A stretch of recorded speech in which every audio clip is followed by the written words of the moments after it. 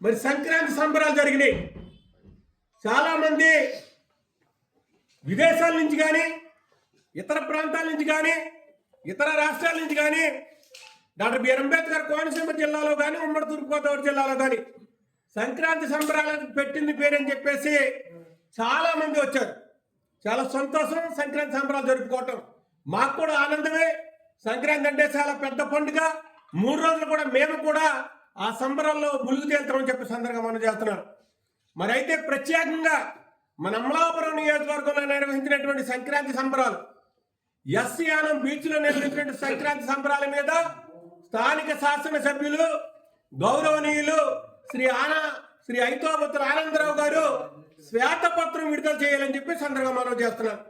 ఎందుకంటే గత 2 సంవత్సరాల నుంచి మీరు సంబరాలు నిర్వహిస్తున్నారు. సంబరాల పేరు మీద మీరు పర్యాటక రంగాన్ని అభివృద్ధి చేయండి, మా వంతు కృషిగా 100% మేము సహకరిస్తామని చెప్తున్నాం. మిమ్మల్ని అప్రిషియేట్స్ కూడా చేస్తాం.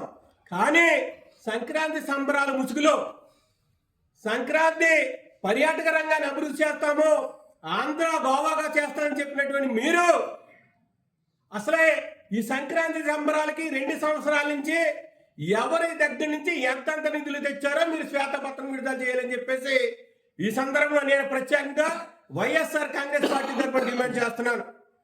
ఓఎన్జీసీ నుంచి ఎంత నిధులు తెచ్చారు, రైతుల దగ్గర నుంచి ఎంత వసూలు చేశారు, అదేవిధంగా షాపింగ్ కాంప్లెక్స్ నుంచి ఎంత వసూలు చేశారు, అదే సందర్భంలో మరి కాంట్రాక్టర్ల దగ్గర నుంచి ఎంత వసూలు చేశారు, ప్రభుత్వ అధికారుల దగ్గర నుంచి ఎంత వసూలు చేశారు, మీరు సిఎస్ఆర్ నిధుల నుంచి ఎంత వసూలు చేశారో ప్రజలకు చాలా అనుమానాలు ఉన్నాయని చెప్పేసి అందరిగా మనం చేస్తున్నాను. ప్రజలందరూ చాలా విచ్చలవిడిగా చెప్పుకుంటారు. దీని మీద చాలా అపోహలు ఉన్నాయి. ఈ అపోహలన్నీ తీర్చవలసిన బాధ్యత ఐతోబత్తుల ఆనందరావు గారి మీద ఉందని చెప్పేసి అందరిగా మనం చేస్తున్నాను. ప్రతి రైతు నుంచి మట్టిని తవ్వారు, మట్టిని మీరు రోడ్లు వేస్తానని చెప్పేసి మట్టిని కొంత మీకు తరలిస్తే మిగతా మట్టిని కాంట్రాక్టర్లు అమ్మేసుకున్నారు. మరి దీనికి బాధ్యులు ఎవరో మాకు సమాధానం చెప్పాలి. సిఎస్ఆర్ నిధుల నుంచి ఎంత తెచ్చారు, మీరు ఎంత అభివృద్ధి చేశారు, మరి అక్కడ సముద్రంలో ఉన్నటువంటి బీచ్కి మీరు ఎంత అభివృద్ధిని చేశారు, అలా సేఫ్టీ ఉందా లేదో ఒకసారి సమాధానం చెప్పాలి.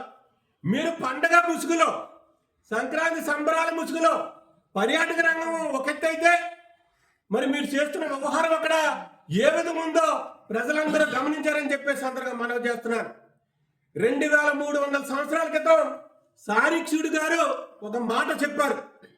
దేశంలో రాజు పరిపాలన సరిగ్గా లేకపోతే కనుక, ఈ దేశంలో రాజు యొక్క పరిపాలన విఫలమైతే కనుక ప్రజలు వ్యభిచారము జోదము నిర్వహించాలని చెప్పాడు ఆ రోజు సాణిక్యుడు. మరి ఆ సాణిక్యుడు చెప్పిన రీతిగా ఈ రోజు మీరు పర్యాటక రంగంలో ఉత్సవాల పేరు చెప్పి మీరు గుండాటలు ఎంతగా నిర్వహించారో ప్రజలందరికీ తెలియపరచాలని చెప్పేసి అందరిగా మనవి చేస్తున్నాను.